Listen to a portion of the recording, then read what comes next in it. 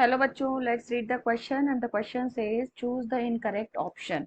Option A दे रखा है removal of CO2 from amino acid converts an amino acid into an Amin.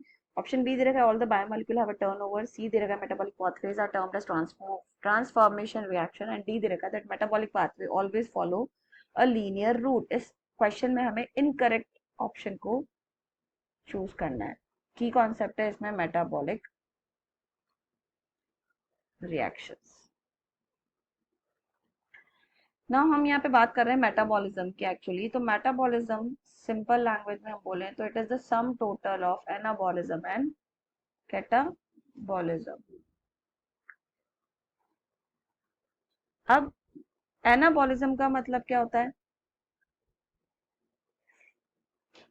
Small से large product का formation, मतलब formation. और कैटाबॉलिज्म मतलब लार्ज से स्मॉलर में टूटना, तो that is break down, destruction. अब ये सभी रिएक्शंस जो होती हैं वो सब क्या होती है? हमारी एंजाइम कैटेलाइज्ड रिएक्शंस होती हैं और ये सभी हमारी लिविंग सेल के अंदर हो रही होती हैं कंटिन्यूसली। तो अब यहाँ पे अगर हम बात करें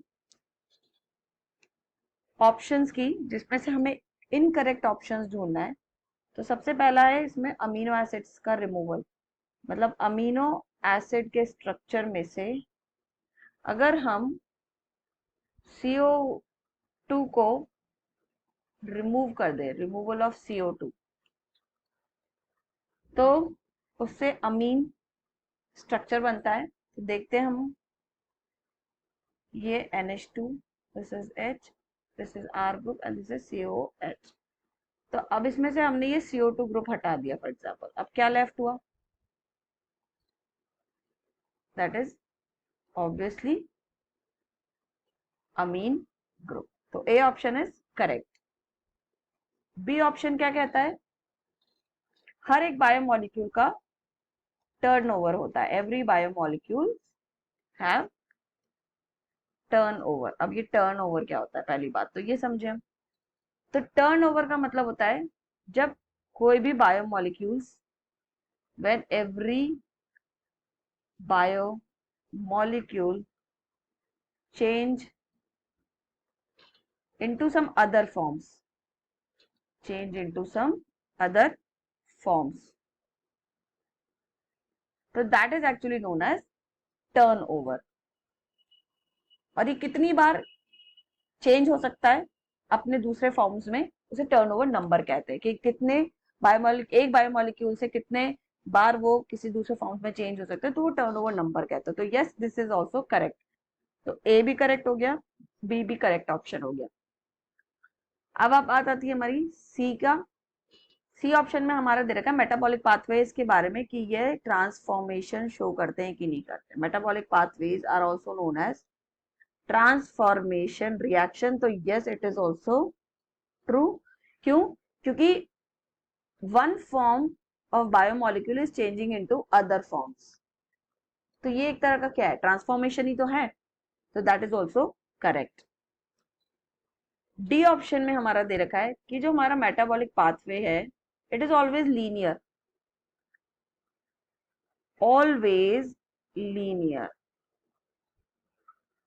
तो ऐसा जरूरी नहीं है, this is wrong. Why? Because अगर मैं एग्जाम्पल लूं तो एग्जाम्पल के तौर पे अगर मैं ग्लाइकोलिसिस की बात करूं, ग्लाइकोलाइसिस, तो ग्लाइकोलिसिस लीनियर पाथवे शो करता है।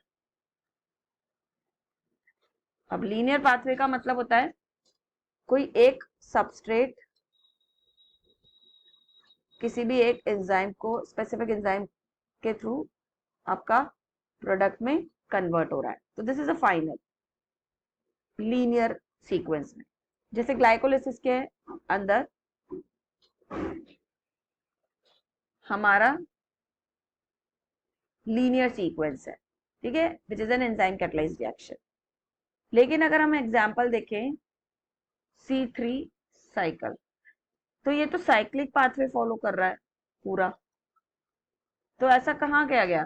कि मेटाबॉलिक पाथवे सिर्फ लीनियर है, तो हम कह सकते हैं मेटाबॉलिक पाथवे साइक्लिक भी है, लीनियर भी है, सो दैट इज वाई ये ऑप्शन हम इनकरेक्ट मानेंगे, क्योंकि it is does not necessary कि वो हमेशा ही लीनियर हो, वो साइक्लिक भी हो सकता है। So the most appropriate answer जो जाएगा इसका, वो डी ऑप्शन जाएगा, that is metabolic pathway always follow a linear route, that is the wrong और incorrect statement. So we'll go with answer D. So I hope you understood it well. Best of luck.